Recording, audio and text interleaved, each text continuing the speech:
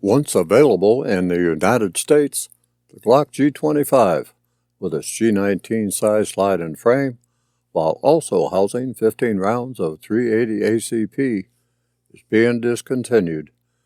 The G25 was a contender among other high-capacity .380 ACP pistols in the marketplace. I, for one, was hoping that the G25 would stick around, but as things would go, so does the G25. If you were ever interested in the G25, you may be out of luck, as it was only available as a short-term run, pending Glock's determination if the G25 would remain in the U.S. But don't despair. There are resources, if you do your own research, that carries the necessary components to convert a G19 to a G25, should you wish to do so.